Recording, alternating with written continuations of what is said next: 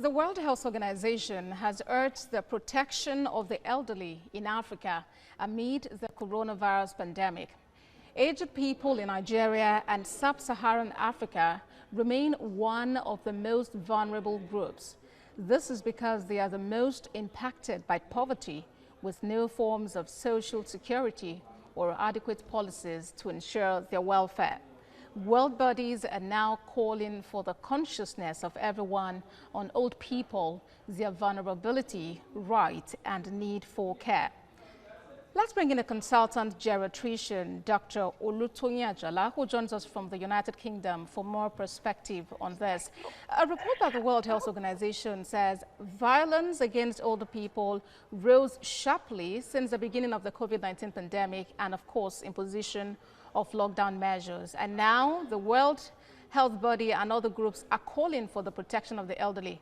Help us better understand these concerns. As you know, there really isn't much support for the elderly in sub-Saharan African societies. I'm not saying the society by itself, I'm saying really the government and government organizations.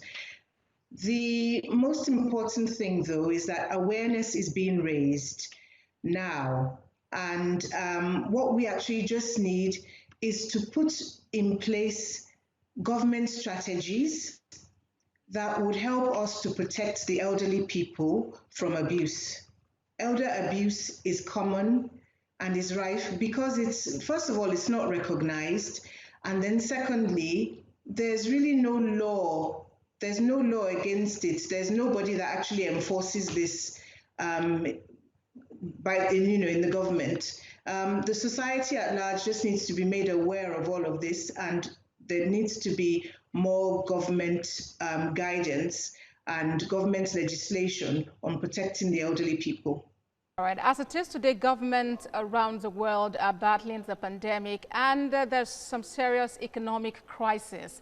How exactly can, say, individuals, groups within societies, how can they support government to attend to this vulnerable in our society? I think one good thing about our society is that we're very charitable.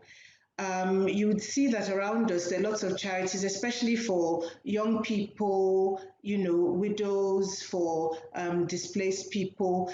Now is the time for us to get together and have more charities for elderly people.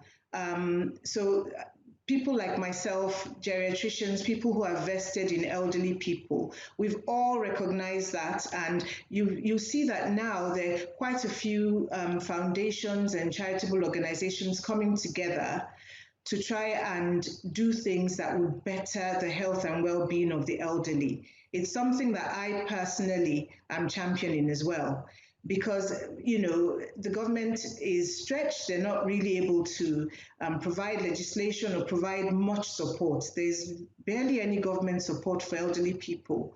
So we all just have to get together as societies, people championing this cause, and just together working with the local government areas, working with the communities to identify vulnerable elderly people and just try and work for them and protect them from abuse.